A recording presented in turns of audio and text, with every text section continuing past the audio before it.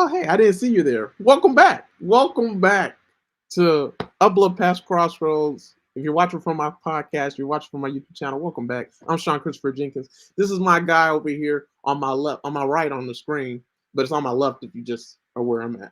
But yeah, that's Justin Lee Howell, man. Make sure to subscribe to his YouTube channel, Chaplain's Log. We're about to get it, man. All right, so we just did a video on the book of Proverbs. And if you haven't watched it, go ahead and watch it, right? Share it with your friends and share this video with your friends. We did a video talking about Proverbs 27:18. And so basically with these videos, if you hate your work, if you hate your career, if getting up for work is a burden for you, you just don't want to do it, and you don't work hard at your job, this video is for you. The last video was for you too, so you make sure to check out that. All right, so yeah, let's just go ahead and get to it. So today's video is on Proverbs 16 verse 26. So I'm about to read it. Proverbs 16 verse 26. And today, I don't know what's going on, guys, but my screen load is awful. I don't know what it is. Maybe because I got so many slides. That's what it is. I need to delete some slides. But anyways, all right. So Proverbs 16 verse 26, it reads, "The appetite of laborers work for them. Their hunger drives them on." That's the NIV. So Proverbs 16:26 reads, "It is good for workers to have appetite. An empty stomach drives them on." This verse is so crazy, guys. I'm about to tear this up, man. So a lot of times when you read verses like this, it goes over your head, right? And I've been talking about it a lot on my YouTube channel. Is it's like looking at an ocean front. You just see the ocean, but you don't see how deep the ocean is. The ocean is huge. We only have discovered 80% of the ocean as humans. So that means how many sea creatures are alive that we don't know of? How many creatures in the world are alive that we never have discovered, right? Do aliens exist? It's because 95% to 92% of space has yet to been discovered, right? And so this verse is so deep, man. It's the book of Proverbs, man. Let me talk about the book of Proverbs real quick before Justin goes. So the book of Proverbs, I talked about it in my last video, but I want to say it here. This is going to be my intro for every proverb video I ever do for a sermon. So what is a proverb, guys? A proverb is a general statement that is true. It's regarding the way of how life works. It's regarding the way things happen in this world. And it shows the book of Proverbs is just observations that are being made, right? And so from those observations, we can draw lessons. And so we're about to teach you another lesson, right? So Proverbs 16 verse 26, I'll read it one more time, and then Justin will start talking. He that laboreth for himself, for his mouth craveth it for him. That's Proverbs 16 verse 26. So let's get it, guys. So a big part of this though too was I'll start everything that I say like with some context. Like a part of this was talking about, it relates to some other verses about the poor versus the rich. Like the poor man, which is like who a lot of the Bible talks about, because like the wealthy sometimes didn't care about the religion, but this was out to like the poor in spirit, the poor in finances, just the poor in general. And it's talking about how they have to work for what they got. Like when you're rich, like you think you have everything. You don't have any desire. But the thing about like the laborers, the poor people, they have a passion or a desire for something. And that's what this verse is for. This is for the people who um, desire something more for themselves. It's people who are like hungry for what God has for them. People are like spiritually hungry. Like that's a crazy part about the human condition, in my opinion, is everyone's spiritual. There's like evidence that we are spiritually hungry people. Like even people who say they're not religious, they still wonder like, what's my purpose? What's the meaning of life? That's evidence right there that God has put a spirituality in us, that every culture, every race thinks of that question is like, why am I here? And like and what's just ignites that question is a desire to find out like why you're here, what you're supposed to do, what work you need to do. Um, let's see. I'll hold off on like the work aspect of it right now, but just the desire for something creates a hunger in us. And I think that's really important because if you don't desire anything, if you are the bourgeoisie or the rich, like you think you already got it. Like you have no need to like work on anything. You get lazy, you get stagnant. But what we were talking about in the other video as well is like you want to cultivate like your gifts. You want to work for something. Like being put in a difficult situation is not always everyone's favorite, but it really strengthens you. And like God uses those opportunities to make us more Christ-like. Like we are on a never-ending marathon slash journey slash path to discover, to like become more Christ-like. We can stop when we're perfect, and like no one is perfect except Jesus. So we're constantly working. But that's a good thing. Like studies have even shown that people who retire, when if they do nothing, if they don't have like maybe a part-time job or a hobby or something to like get them out of the house, that there's a lot of early onset Alzheimer's disease that kicks in. And it's like if we were meant to work, like we wouldn't be getting Alzheimer's all the time.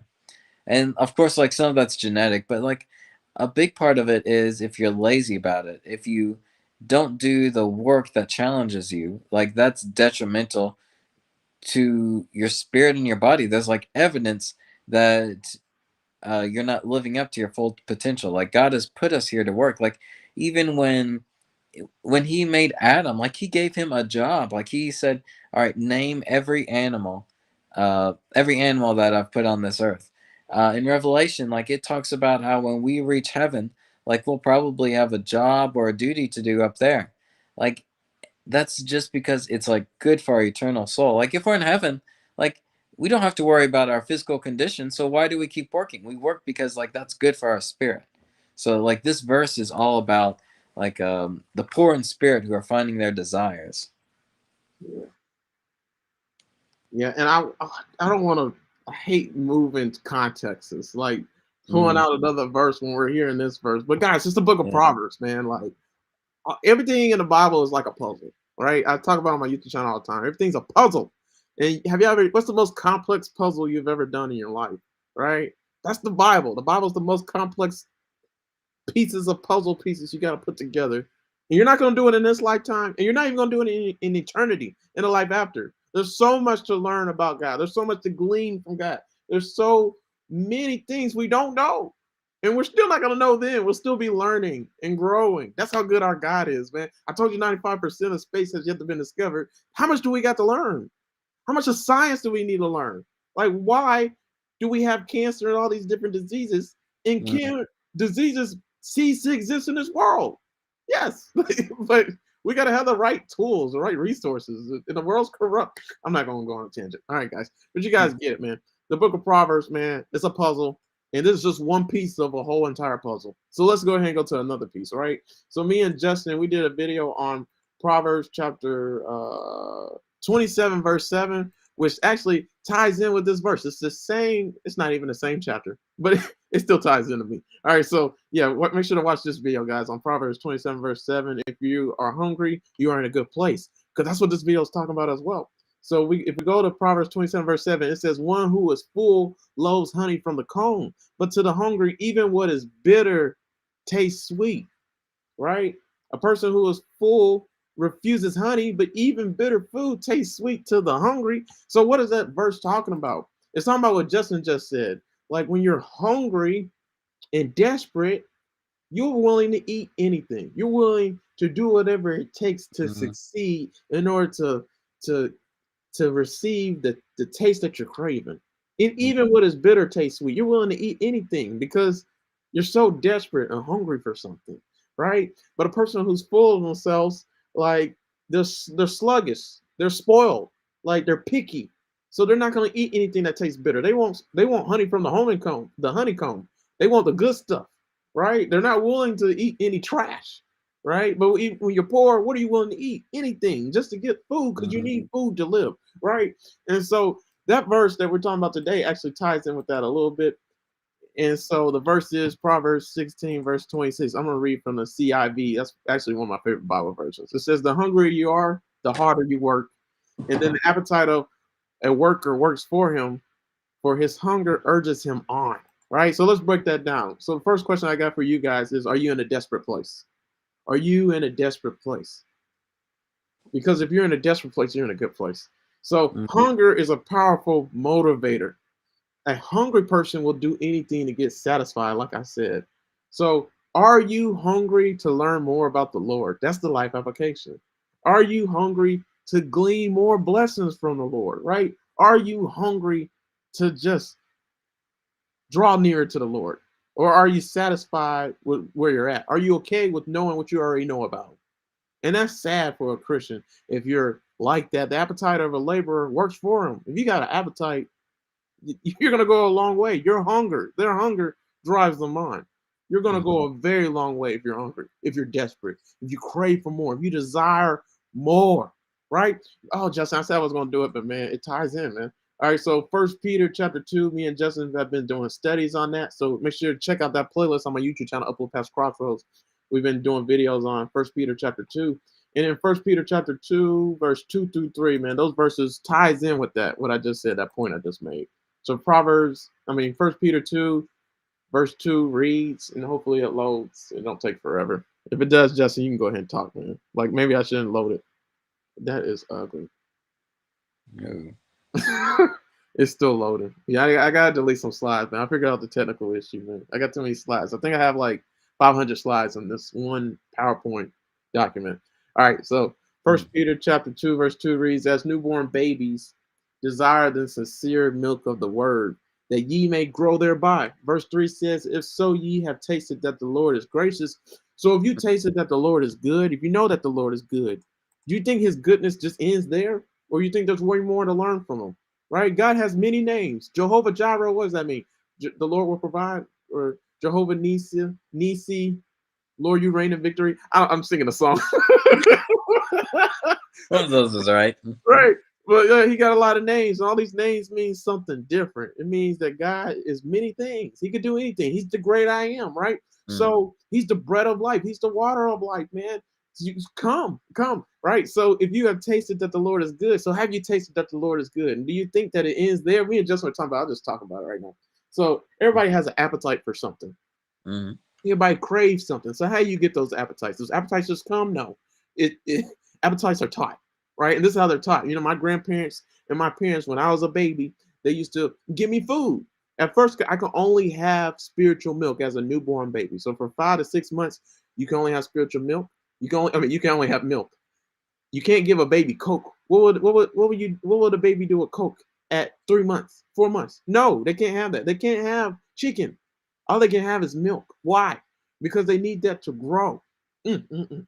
That's what we need. We need the milk of God's word to grow. But what do you do after that? You just drink milk all your life? No. After 5 to 6 months, you can start trying new things. But do you give a baby steak right from the get go? Do you give them beer right from the get go? No, you don't.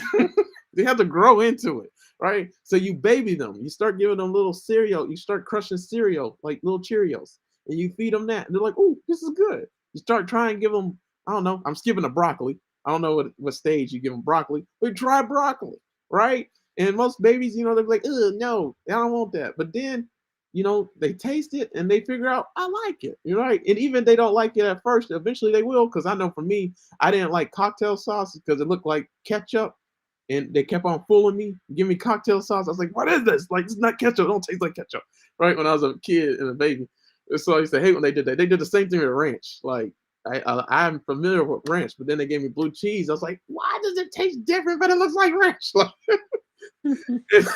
And so that's as a baby. But now I love cocktail sauce. Now I love blue cheese. Like, I had to grow into it. My taste buds changed and stuff like that. But basically, I'm just trying to say, man, like as newborn babies, they try stuff. Kids are willing to try things. They're willing to try riding a bike. They're willing to try food. They're willing to try things, right? More so than adults, right? They're Yeah. kids. They gotta try stuff. They just got here, right? So as as believers, as people in this world, how long will you be here? You need to start trying and tasting and seeing all the good things that God has for you, right? And then we go to verse 2, as newborn babies desire the sincere milk of the word, that ye may grow thereby. You can't grow if you don't desire spiritual milk, the word of God. If you don't go to the word of God, if you don't go to the Bible, you will never grow spiritually. And growing Mm. spiritually is the most important. You can grow physically all you want. but everything here is just going to decay, right? We're getting closer and closer to death as you age. I'm one step closer to death, right? That's not a reason to praise. I mean, unless you're a believer, but but like, yeah, but growing spiritually is a never-ending process. It's way better. You're storing up treasures in heaven. You're investing in heaven, getting ready for making preparations for being up there. So which one you think has lasting value? Which one you think echoes in all eternity? You trying to grow here or you trying to grow up there? So what spiritual matters more? That's all I'm trying to say, guys. That's not trying to say like don't grow at all here. Nothing you do here Yeah. don't matter. I'm not saying that at all. Yeah, Justin, I went on a tangent, man. So yeah, you want to say something or you want me to keep on going? Because I went off. No, I'll jump a little bit too. Hopefully, like it's doesn't segue too much further as well. Yeah. And it's like that's like it's how do I want to say this? Just to piggyback off what you were saying, like we're not meant to like be apathetic towards this type of thing either. Like we do need to embrace it. Like maybe this is a little off topic, but like a lot of times if you ask someone what the opposite of love is, like they may say like hate or disdain, but that's actually um, some some articles have said like the opposite of love is actually like apathy. And it's like because love and hate are still like high emotions running. But apathy is like a lack of emotion for any of that. And like that is detrimental to the soul. Like there's already a lot of biological studies that show that we need some form of love or some form of affection or affirmation from another being. Like even like tests on monkeys show that monkeys will die off a lot faster compared to a group that's shown love or like affection or like physical touch. So this is the same situation. Like if you have apathy towards your work or your job or where you're planted, like you're going to die on the inside a little bit. It's like I'm sure it's like not good for your physical health either. So it's just important that we find the passion or the fire in our heart. Like sometimes we do need to find for our work, we do need to find a balance between sacrifice passion for like being able to get paid or making a living. Like Jesus was a carpenter. Paul, during his ministry, he still had to pitch tents. Oh man, that's what I wanted to say last video. But Go ahead, like say it. Paul still like had to pitch tents to make a living because he didn't want to take money from people in case someone thought like he had ulterior motives. Isn't that crazy? But like he still used the trade that he learned, and I think that sometimes we have to sacrifice what we think we're called to do or like our passion to like also make a living, make sure like our family is provided. And that's what Paul was doing. Like he still went out there and preached like there was no tomorrow. But like he knew that sometimes you had to like keep up the work or like use the gifts that God has given you for other purpose as well. So I think that's like very important to find that good balance.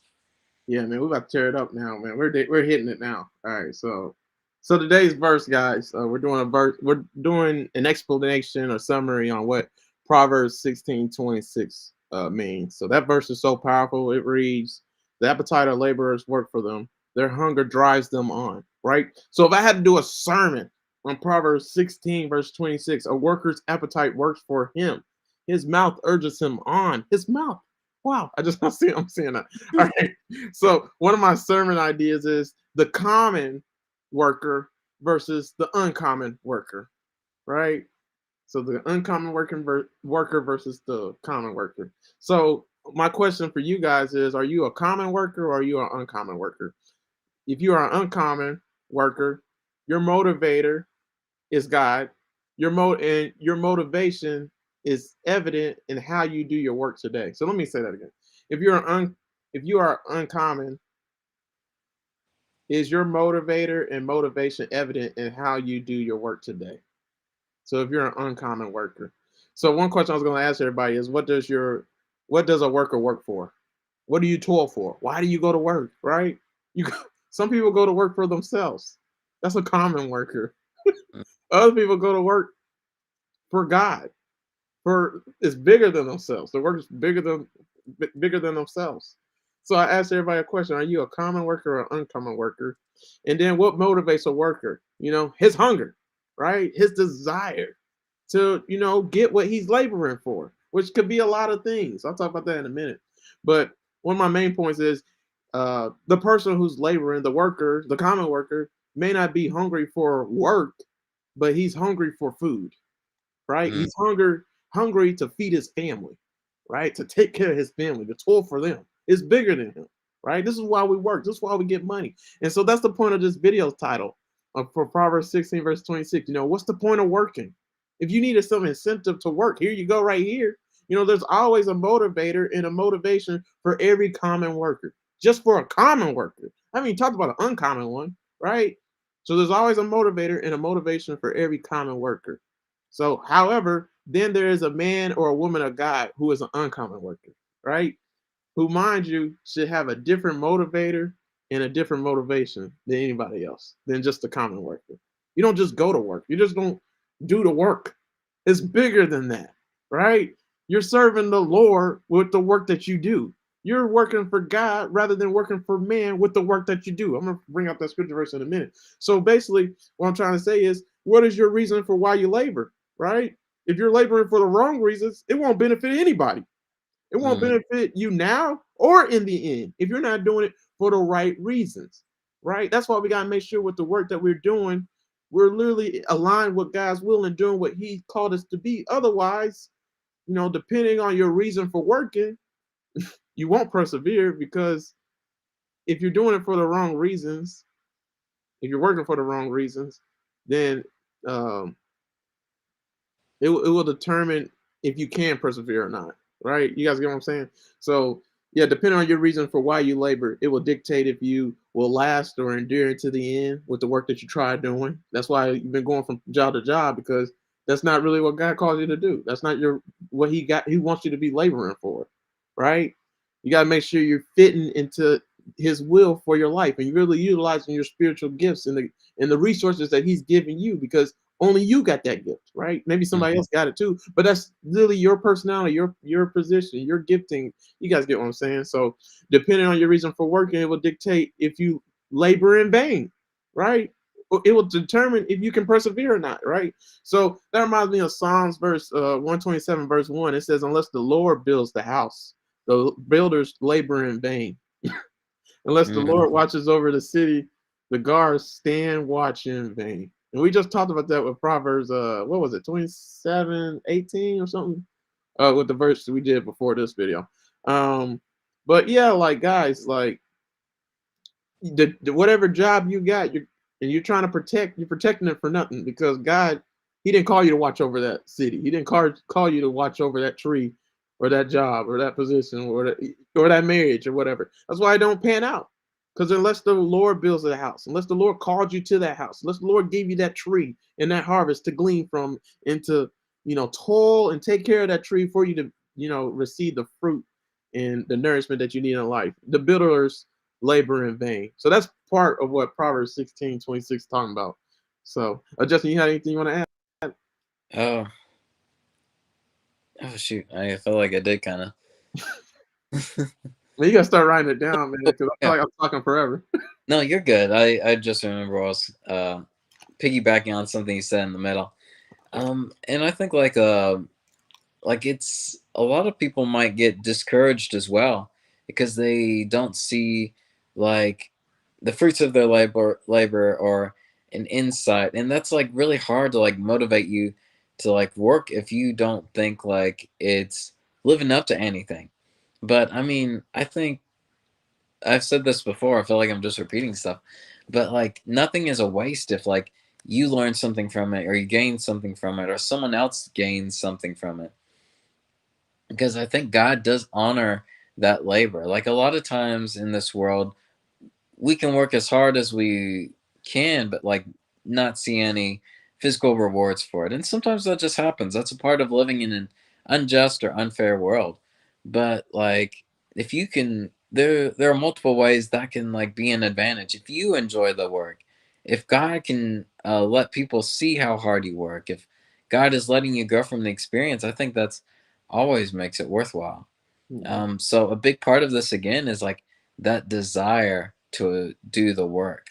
Like it's a lot of people, and this is a common thing for humans, is that sets us apart from animals, is we have the ability to um, we have the ability to see time spatially. And what that means is we can think back of what's happened in the past, we can see what could happen in the future, and then kind of plan in the middle during the present. That not many animals can do to the degree that we can. And that's a blessing, but also a curse, is like we see how much more work we have left. And sometimes that will like put people down. But a good thing to do is like focus on the here and now, like focus on the work that you have at the moment. Like a lot of times our ability to like really love the job or really love the work that we're doing is like we get daunted by like how much more work is left. Like I've been doing yard work, and like I can't help but like all my finished yard work is to the left, and I can't help but look to my right side and think, gosh, it's going to take me forever to finish it. I always have to like stay on task a lot of times. Otherwise, um, it sucks all the fun out of the work that I do. But if like I concentrate on the here and now, on the plot of land that I'm working on, one at a time, like it does make it a lot easier. And I think this verse really tries to tell us to appreciate like where God has put us in the here and now, not to worry about like how many people we save or if my work is doing anything. Like God takes care of tomorrow. Like we just have to concentrate on the now. Yeah. Yeah. I want to ask everybody a question. I'm gonna read the verse over again for while we're doing the video. So, three questions I got is, what do you labor for, and why do laborers even work? Why are they working? And then, what are they trying to do? You know, what are they trying to do if they're working so much? Right? Mm, And that's a lot of different answers. So, like for you, what are you trying to do? Why do you work so much? Why do you work so hard? Why do you mhm, work long hours and you're barely at home? Like that's one of my biggest points. That's why I work from home actually. Because why do you pay so much expenses on your house, but you're only there like I don't know, 15% of the week? Like 15% of the time every week, like no holidays. You're only there 15% of the time. That sucks. Like, you kidding me?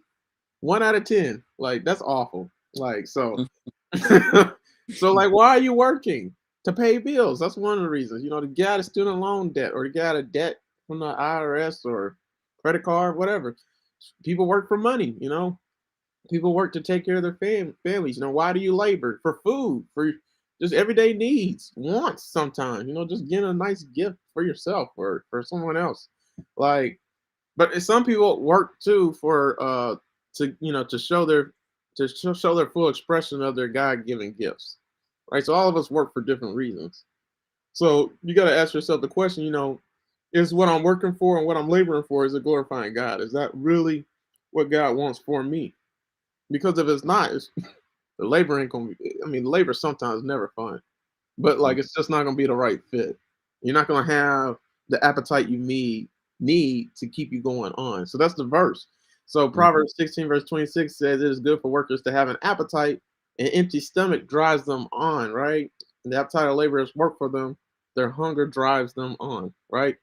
mhm, So your drive and your reason is your appetite. So your drive and your reason for why you work is your appetite. Your mm, appetite will drive you on. It will keep you going. It will move you onward, even when you don't want to go onward. Even when you don't got the strength to go onward, it will push you forward to obtain what you are trying to labor for. So, mhm. guys, I'm gonna ask everybody a question again. What are you laboring for? Because if it glorifies God and God called you to do that work, boy, you are on the right track because God rewards a person who's faithful, a person who's diligent, a person who works hard. He rewards somebody who's obedient to him and that's aligned with his will. That's how you obtain the treasure. You can't obtain the treasure if you're doing a work that doesn't glorify God. Mm, It's it's you're not gonna have the spirit of God. It's not gonna strengthen you for that work, right? Because he didn't call you to it. But yeah. who God calls, he equips. who God calls, he indwells upon and empowers. So like when you're in the right field and in the right career, that's what's going to happen. Like God's just going to help you he's going to give you the strength that you need to do the impossible, even when it's not possible for you. Ooh, boy. We should have started off hot like that, man. You guys should have started sharing this That was a video. good one. I like that one. Right. You got something, Justin, before I get any further? It's and again, like it's man, there's a lot to say about what you said as well. I'm gonna let you finish that, Mm-hmm. but it's like all of us a lot of times are worried that all the weight's on you. Like it's good it's definitely great to have like the desire.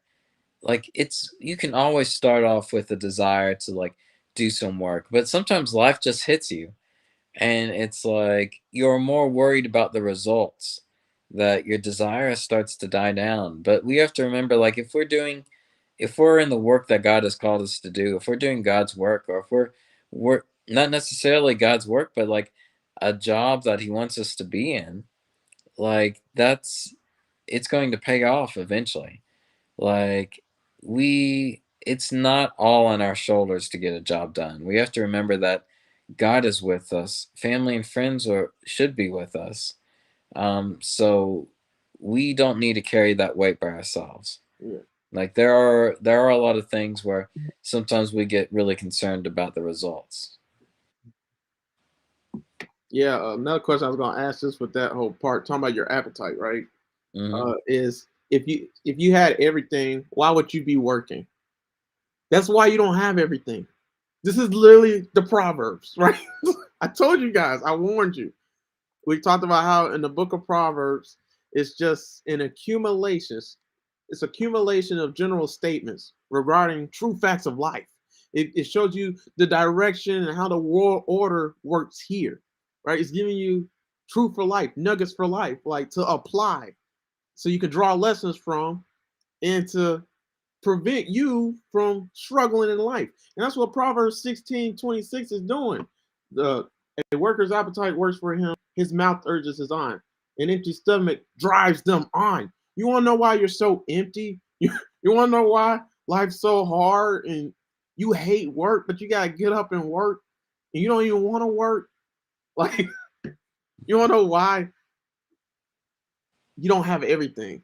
Like, oh my gosh, how easy life would be if you were rich, you had all the money in the world, if you came from a great inheritance. I mean, like Kobe Bryant's child or Michael Jordan's child. Like, you got it all.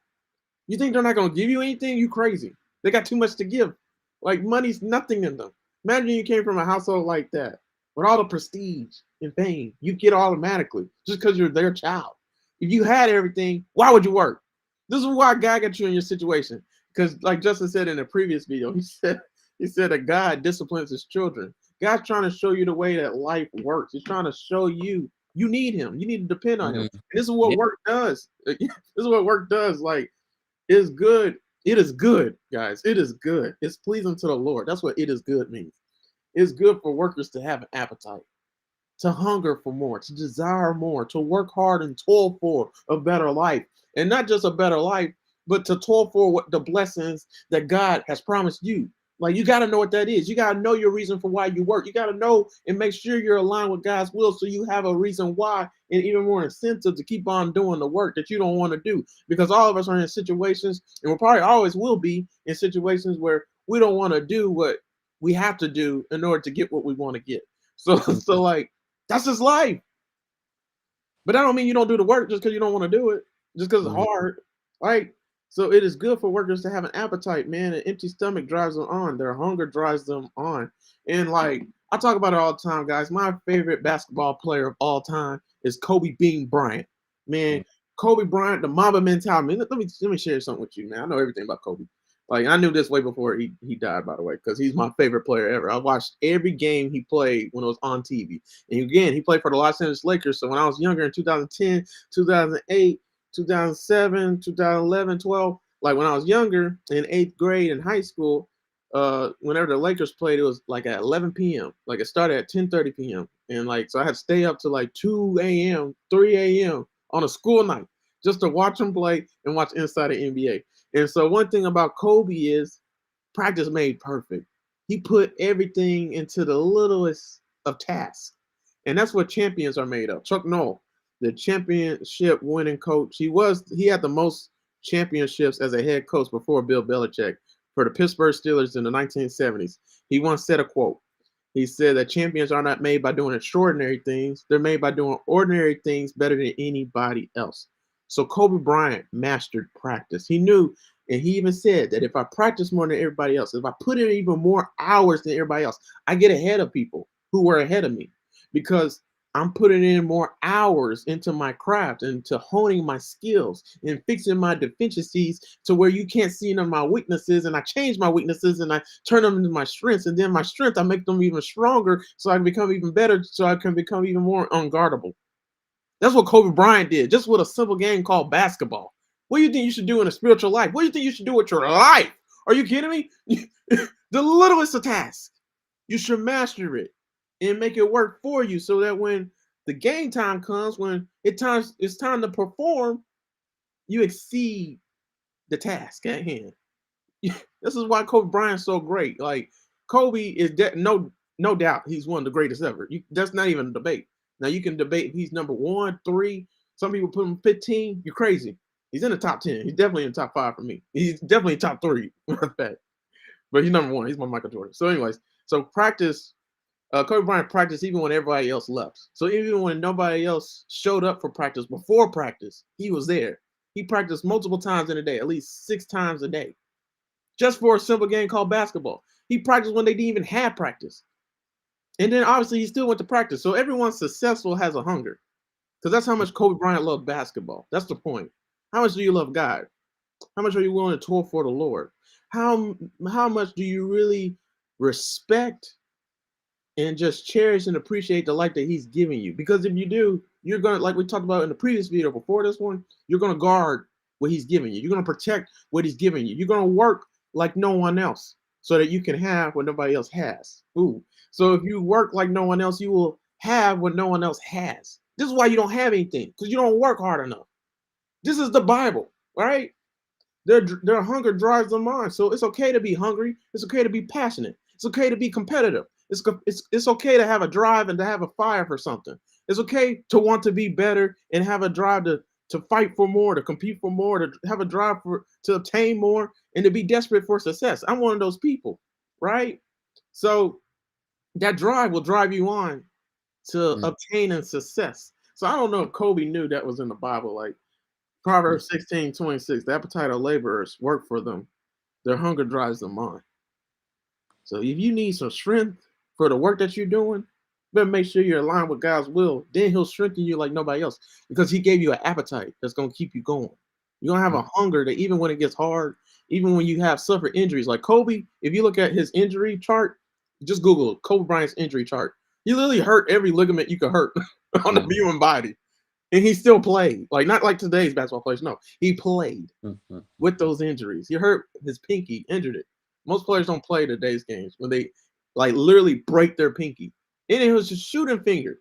And he still played and shot with his shooting finger. Like, Mm. kidding me? So, like, guys, like I'm one of the people who are I'm real hungry for success. Like I got a drive and a hunger for something. Justin, I'll let you talk, but then I want to share these quotes and I want you to say something about them too. But go ahead. Yeah, I guess like just adding on to that too. It's like that is definitely something that we need to revitalize today. Is like oh, I'm trying to think how I want to approach this, but we have gotten like very complacent sometimes, and I think Paul has talked a lot about being content with our life, but that's very different from like complacency as well. And it's very easy to be complacent now because it's just our standard of living has improved. Like we have jobs where we can like sit in front of a computer. We don't have to do all that extraneous work. But like that complacency can be a very dangerous thing as well.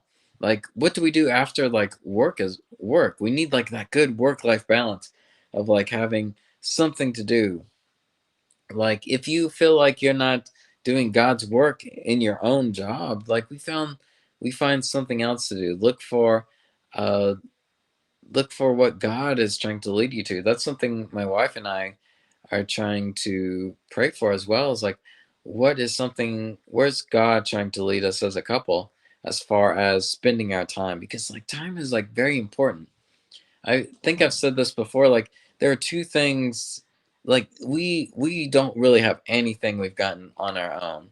Like you can say like you've gotten your job or your car or your your finances because of hard work or like your intelligence, but man, you were also born into those situations, into like a family that could cultivate that. You had no decision to be born like where you are. So really, like everything we thank God for. The only things we really have are our free will and our time. Um, and those are, I think I've said before, like Hebrews 12:1. Like no, that's not it.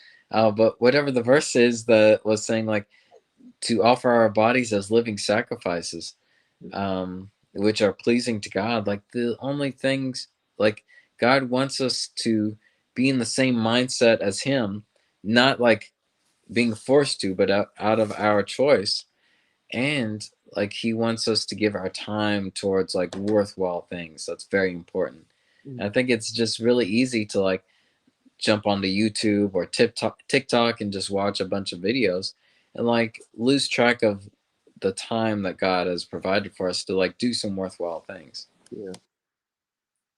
Man, this verse is so deep, man. Let's end this video, man. Oh, I said I was gonna do two things, so I'll go ahead and share it, man. All right, so this verse talks about appetite. I actually have quotes on appetite, so I kind of want to share that. But I also have quotes on hunger. So you know what? I'm just gonna go with the spirit leads me. I'm not gonna do that. That's just sharing knowledge. All right, forget that. Let's stay on topic. All right, so there's a lot to like apply to our lives with just Proverbs 16 verse 26. You know, a worker's appetite works for him because his hunger drives him onward. He that laboreth for himself, for his mouth craveth it of him. That's Proverbs 16 verse 26. So I mentioned earlier in the video, you know, God has already equipped you with everything that you need, right? God has already given you all that you need in order to succeed. And one of the things that He's giving you is a hunger, right? A dream, a Mm, craving, a desire. And with those things, God has given you everything you need to drive on and to not give up on that dream, to have perseverance through whatever obstacles you face when it comes to chasing those dreams and obtaining those blessings that God has promised to you. So God has given those to you specifically. And it's all different for all of us. We all have different incentives that gets us motivated and gets us going. And God has given you everything you need for you to obtain those blessings that God has promised you. And He's entrusted those with you. Your dream, that craving, that desire, that hunger you have, it all comes from the Lord. And so you got to utilize the passions that you have, the drive that you have, those goals that you have. You got to utilize them. Don't waste them, because where God guides, He equips. So He equipped you with those things so that you could take out giants like Goliath. Like David, all he had was a slingshot to go against Goliath, right? And you can face any giant with just the small resources, small tools, just the small stuff that God has bestowed upon you, because God's teaching you and showing you how to master uh, throwing around a slingshot, so that when you throw a rock, I mean, just imagine how fast David could throw, like just swing a slingshot just like this. Like, just imagine how fast that is. Because they said when he threw it and launched the rock, it went. Human beings throw a baseball at 95 to 103 miles an hour. Like, that's max for a guy, right? How fast you think a rock would go if you just they said it's probably going like 250 miles an hour, 600 miles, like it's going fast. So what do you mm, think a rock gonna do if it hit your head right here? mm, Like, and so David mastered what God equipped him with. He mastered with what God has given in his hand. Have you mastered the blessings and the resources, the tools that God has bestowed upon you? Because that's how you're gonna reach and obtain those blessings that God has for you. So that mm. the worker's appetites work for him. An appetite comes from the Lord. All of our appetites are different. That's how you know it comes from the Lord. because those appetites are going to help you to do what God called you to do. That hunger, that dream, the passion, the goals, it's going to help you to achieve what God has called you to achieve, right? And so another life application is this: is we want to create a hunger. Justin, stop me if you want to say something after I say something. This is I'm switching it up. All right, so this applies to our church and soul winning and for church folk, right? So in the church, we need to start creating a hunger for others. That's the text. Like a hunger that informs and tells others your dreams can come true. God is good and that you can do anything, and don't limit God, don't limit what God can do through you. And your adequacies, your limitations, and your shortcomings cannot stop God. We need to be teaching others and give them a hunger that informs and tells others that anything is possible through faith in God and what you can do through Him. Like, is not limited. Like, this is what we need to be teaching everybody. Like, and this is what this verse does for me, right? The appetite of laborers work for them. Their hunger drives them on. Like, guys, are you a hungry person? Do you have an appetite for greater and more in your life? That comes from the Lord. Like, a lot of people would tell me, and I would call them naysayers and haters and stuff like that. Just negative people. Like, I have even people in my family, they would tell me, like, Sean, man, that's not the way life works. Like, calm it down a little bit, like dim it down. Like, that's not, like, for example, like, I want to get paid full time for ministry. I want my ministry to be my work. So I'm speaking this to existence. I want everybody to remember this, especially my haters. All right. So like I don't want to say who it is, but basically the people who are closest to me say, like, well, Sean, I work, so you're gonna have to work. We got a vocational ministry. So if I have to work a 9 to 5, you gotta work a 9 to 5. No, the freak I don't. I'm not doing that. I got a hunger that's gonna drive me on. I got a hunger that's it's gonna drive on my empty stomach until it's filled. Right? That's the whole point. Everybody has an empty stomach, and his mouth urges him on. It keeps him going, right? Until he sees and obtains and tastes that blessing. And this is why God is speaking through creation. Like, he's teaching us. Have you ever been hungry before? I hate being hungry because when I get hungry, this is how I am. This is my personality, right? God's speaking through creation, right? It's crazy. I just not thought about it. This is spirit talking. So, like, when I get hungry, I get nauseous, I get like weak, and then I get hangry, right? And all three of those don't mix well. Like, and then I'm gonna add something too. I Tired ain't the word for it, but I like the rear. I said weary, but I get real weary. Like, I just hate being in that state, especially when I'm angry at everything. Like, I need food. I gotta obtain it, right? And that's how I am. Like, if I don't get my blessings, if I don't get what God's been working on in my life and promised me, like, that's where I'm at right now. I'm weary. I'm weak. Like, until I taste something, like, I gotta taste it, right? So your hunger and your drive will carry you on, man. So this is why God created hunger in all of us. And we need to start creating hunger in the whole entire church. Like, are you hungry for more of God? Are you hungry to receive a blessing from God? Are you hungry just to see God make you out of your make a way through your situation? You got to have a hunger. You got to have an appetite for it. Because if you don't have an appetite, you'll never see it, right? And Justin, just stop me when you're ready, man. All right, but here goes some quotes, man. This is gonna really help you too. Yeah. So I tried sharing this last time, but if you go to my Twitter page, Trouble Don't Last, guys. Trouble Don't Last. Make sure to follow me on there. I post a lot of things. So I post a lot of quotes and a lot of Bible verses and stuff like that on a daily basis. When it hurries up and load, but here we go. 200, 500 slides is hard for it to load. All right. But I post a lot of stuff on just hunger for God and desiring God and stuff like that. So let me just hurry up the process. And I'll jump in while you're like getting ready to load. You can pull it up when it's ready. And Okay. like I was talking, I'll just finish what I was saying as well. Like, I was saying like the two things that we actually have are like our free will and our time. And like it is important to like give God our time, but we also want to be in the mindset of God as well. And like, what does that mean? That actually means like a multitude of things, but one aspect of it is we want our desires to match up with God. Like if we isolated the verse, ask whatever you wish and it will be given you, like we could like wish for a car or like to win the lottery, but like that's probably not in God's will for you to do that. Like we want to figure out, what does God really desire? And big part of it is he desires our heart before anything else. So we man, there's like so much to say about it.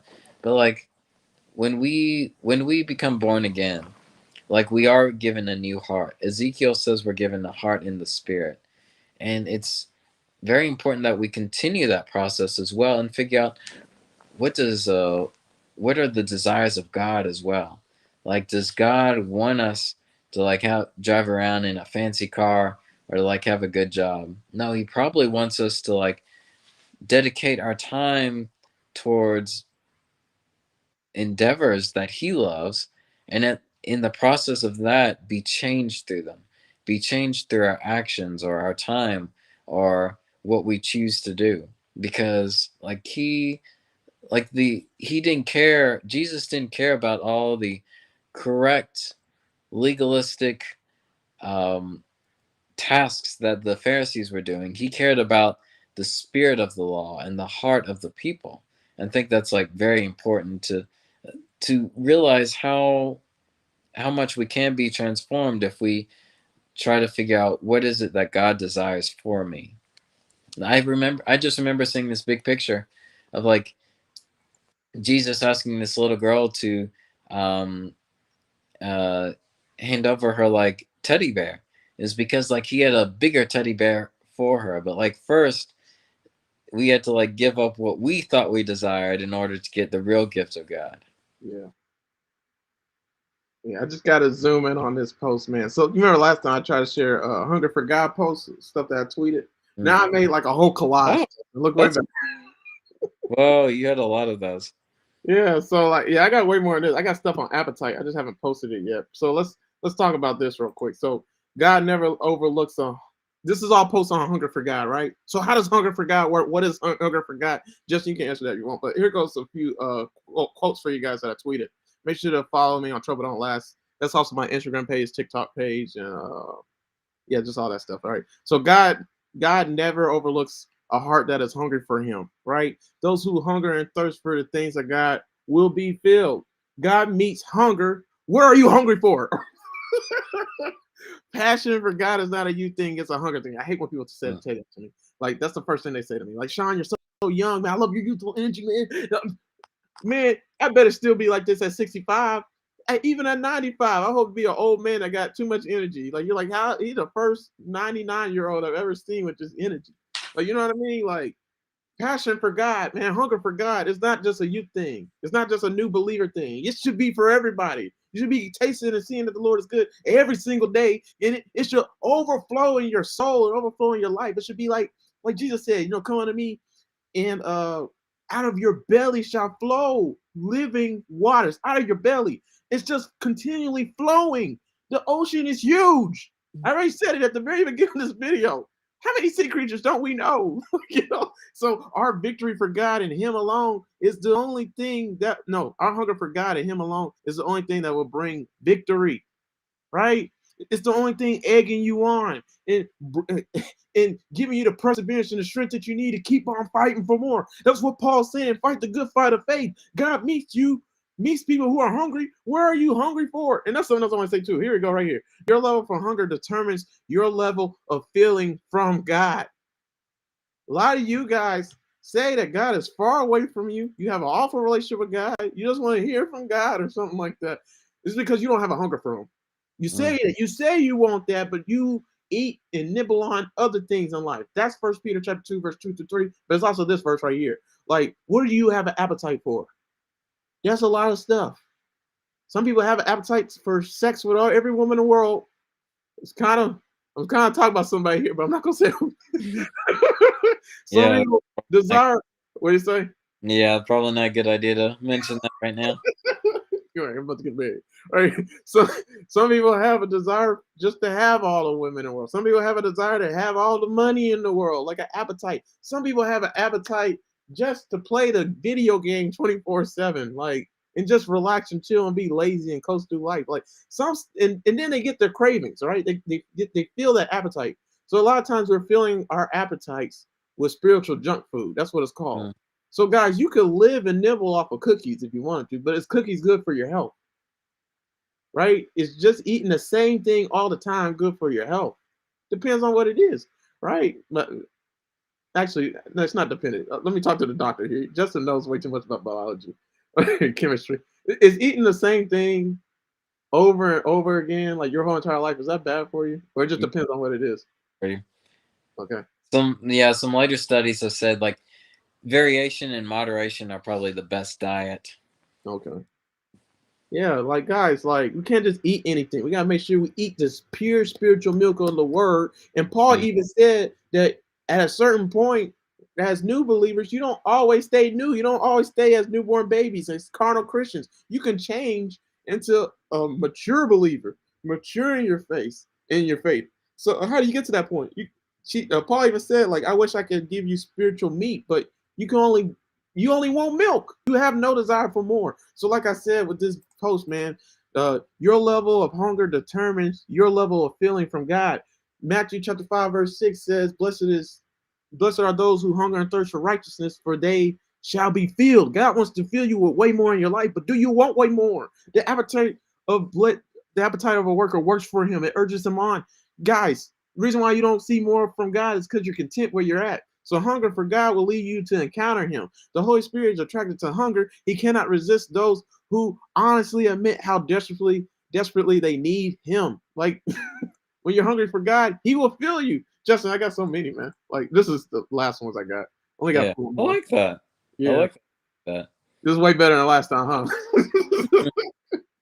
Yeah, when you're hungry, yeah, that's it right here. Spiritual junk food, guys. Like, yeah, I got way more coming for you guys, but here goes 3.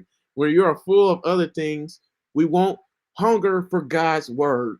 Like so many people are full off reality TV. So many people are full off of TMZ, receiving all the news and rumors and gossip of all these celebrities, and they know so much about celebrities and basketball players. NBA Today, inside the NBA. I mean, I watch that stuff too, but like, guys, come on. Do you hunger for God's word? Do you receive do you try to know the Bible like you know the stats of Tom Brady's career and Kobe Bryant and all these people? Like, come on, you kidding me? Which one's more valuable? Which one's gonna last for and echo through all eternity? Let's keep it a buck, right? If you're not hungry for God, you're probably full of yourself. And when you're hungry for the Lord, you lose your appetite for this world. This world is passing away. Me and Justin did a study on that in 1 Corinthians chapter 7, man. This world is fading away. The world order it will not be here forever, right? So the time is short, and we need to live with the end in mind. Start storing up treasures in heaven. Start making investments in heaven because that's what matters the most. Pleasing the Lord and living for Him, right? So God gave you that appetite, that passion, those dreams for a reason to drive you on, to drive you closer to Him, to see all the miraculous and all the awesome and amazing things He can do in your life. Justin, you got anything else you want to say before I end it? No, I don't think so. Not for this one. Okay, yeah. So guys, like for me, I'm really competitive. Like I have a hunger. I hope you can feel that inside of me. Like I got a passion. I want to take everything. I want the throne. Like Killmonger said on Black Panther. Like I love Killmonger. Guys, you don't know how I am. Like Killmonger, what he was trying to do was right, but the way he went about doing it was wrong. Like Mm, he had okay. a because he was just trying to get, and I'm talking about Black Panther, very first Black Panther movie, Yeah, right? yeah. Michael B. Jordan as Killmonger. Like this guy, he wanted the whole world to have the same resources as Wakanda, but not the whole world. He wanted Black people because have been abused. They have been, you guys know. I don't gotta say it. Let's be real. Like not every race is treated the same in the world, and he was just trying to give Black people resources, technology, to elevate them up, to boost them up. But then T'Challa took it to a different level. He said, okay, let's just give it to everybody. Let's stop hiding it from the world. Like, because that's wrong. Right? We can help the world, let's help the world. So yeah, guys, like for me, like I've always been told I can't do something. Like I've always been the one that's overlooked. Like anytime I go to church, still happen today. When I go to church, Bishop don't ever mention my name. Nobody ever sees me as anything. They do now when they hear me talk, but they gotta hear me talk. They gotta see my YouTube channel. But like before that, especially before I was saved, before I had the spiritual gift of preaching and teaching and all that stuff, like nobody picked me for anything. I was just a guy, around. And I'm talking about just in the church system, guys. Like I think like I'm very well balanced and people love me and stuff like that. But so I always had that personality. But like when it came to like just being in the crowd, like I could blend in if I wanted to. And most of the time I blended in when I didn't want to. I want to stick out. So like Yeah, so like for me, I want what all the great preachers have, and the greatest preachers ever have ever had. Like I want everybody's respect.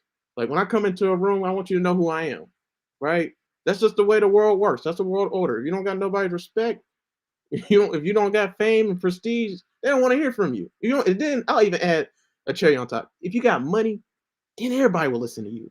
But if you don't got no money, who are you? But even then, will people listen to you? No. But that gives them even more incentive.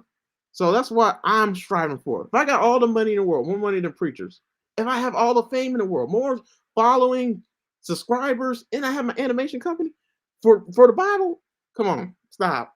That's Steve Jobs, easy. And that's just a whole different stratosphere too with the Bible. So like, yeah, guys, I want everything. I want it all just like them, but I want more. So I'm coming to take it, and I'm coming for what's mine, just to show that I am somebody, just to show how good God is and God lives and breathes through me, just so you can see how God can use anybody and He can use you too. So if you got a hunger, you got an appetite, prove it to yourself, prove it to God, right? Because God already done blessed you with all the gifts, all the abilities, all the passions. Don't waste it. Utilize it. It's gonna help you to move on in life, even when you don't feel like going any further. So this is the last thing I'll say, and I'm done. Like, there's a song that says "I feel like going on." So you guys make sure to check that out. Let me go ahead and look it up. Justin, you know that song? I feel like going on. I don't think I know that one. Yeah, man, Ray Lewis, man, he talked about it. So guys, go to YouTube and look at this video real quick. I'm gonna zoom in so you guys can see it. So there's a song called "I Feel Like Going On." It's by Marvin Waynes, right? So check out that video on YouTube. And the song's so beautiful, guys. Like if you feel like you can't go on any further, if you feel like, man, you just want to quit when it comes to your work, when it comes to life, like listen to the song. You know, I feel like going on, though trials may come on every hand. Oh, I feel like going on. Can I say it one more time? And so that's what he says throughout the whole entire song is, I feel like going on, right? So even though he didn't feel like going on, even though he feel like he had the strength to keep on going on, God says keep on going on. Just keep on going on. That's what the Holy Spirit is saying through you, man. The Holy Spirit and your flesh are battling with each other, trying to take position and take authority over your house, your spirit, your mind, your soul, right? And so don't allow your flesh to win, the one that wants to quit and give up, man. Keep on fighting a good fight of faith and listen to the Spirit tell you, I feel like going on. And just keep on going on, keep on fighting for more, and you can obtain it. And that's the lesson, guys. That's the Proverbs 16, verse 26, man. So whew, that was a lot. All right, guys. Well, you guys know the drill, man. Let me share my social media platforms and everything. It's getting late, so like my eyes are watery now when I tear up a little bit, and then the light's bright. So, all right. So here goes my YouTube channel. And my podcast is Upload Past Crossroads. My Facebook and LinkedIn page, Sean Christopher Jenkins. Twitter, Snap, Instagram, TikTok, Trouble Don't Last. My other Instagram page, my _down_ Bible, and my Tumblr page, Trouble Don't Last #1. So make sure to go to all my pages. I work really hard on all of them. They're all great. And share all my stuff, man, for real. Watch every one of my videos. I'll show you guys some other time. But I just showed Justin, like, I'm really close to getting monetized on YouTube. I just got to keep on fighting a good fight of faith. I got to keep on, going on, moving onward, man. And then I can get there. Me and Justin can get there. I told Justin my goal is to pay him so that he has more incentive to do videos with me, especially if I start giving him crazy checks. Like, he's like, yep, look, I got plenty of videos now. But yeah, guys, go to my YouTube channel, Upload Past Crossroads, and make sure to watch the other 2 videos we did on the book of Proverbs, man. It's gonna bless your soul, man. Like, so this was the very first one we did. We're still in the same outfit, so check out that video. All right, and then also check out this video as well, right here. And then I have a playlist on my YouTube channel on all the sermons and Bible studies, Sunday school lessons, just anything else, and future animations. They will all be on this playlist, so check out that playlist on my YouTube channel, Uplift Crossroads. And then if you want to listen to more sermons and just see videos on Proverbs 16, check out this video as well. All right, I mean this playlist, and you can see all the videos and sermons I did on that. And then if you just need more motivation through your job and through your work, you don't see the point in it, check out this playlist, just talking about your work, your career, 9-to-5 life, your occupation. That's on my YouTube channel, Uplift Past Crossroads as well. And then I'll just talk about Justin's YouTube channel. This is his YouTube channel, Chaplain's Log. Make sure to subscribe and turn on post notifications so you know when he uploads another video. That means click the bell after you subscribe so you can get notified and know when he upload another video. Because on YouTube, it will trick you, and even though you're subscribed, they won't tell you when they upload another video unless you click the bell. And then also his Facebook page is Justin Lee Howell. So befriend him on there. You can ask him and DM him any questions. You can DM me questions on my Facebook page as well, or on my Instagram page, Trouble Don't Last. And we'll get back to you and we'll do a video on your question. But I pray everybody enjoyed this video on Proverbs 16:26 and our video before that on Proverbs something. Just make sure to check out that. All right. So we'll talk to you guys later. Justin, you good? You got anything else to say? Yeah, I think I'm good, man. I actually have some things to talk about Black Panther, but I'll talk to you after. Yeah. You can say it on video if you want. Yeah. Yeah, I love Black Panther. Oh yeah, I forgot I made y'all watch something crazy for Light Crew. I thought you were about to say something like that. You remember that on Black Mirror? I made y'all watch Black Oh, Mirror. gosh, yeah. All right, guys, we'll talk to you guys later. Peace out. See ya. Yeah, I thought you were about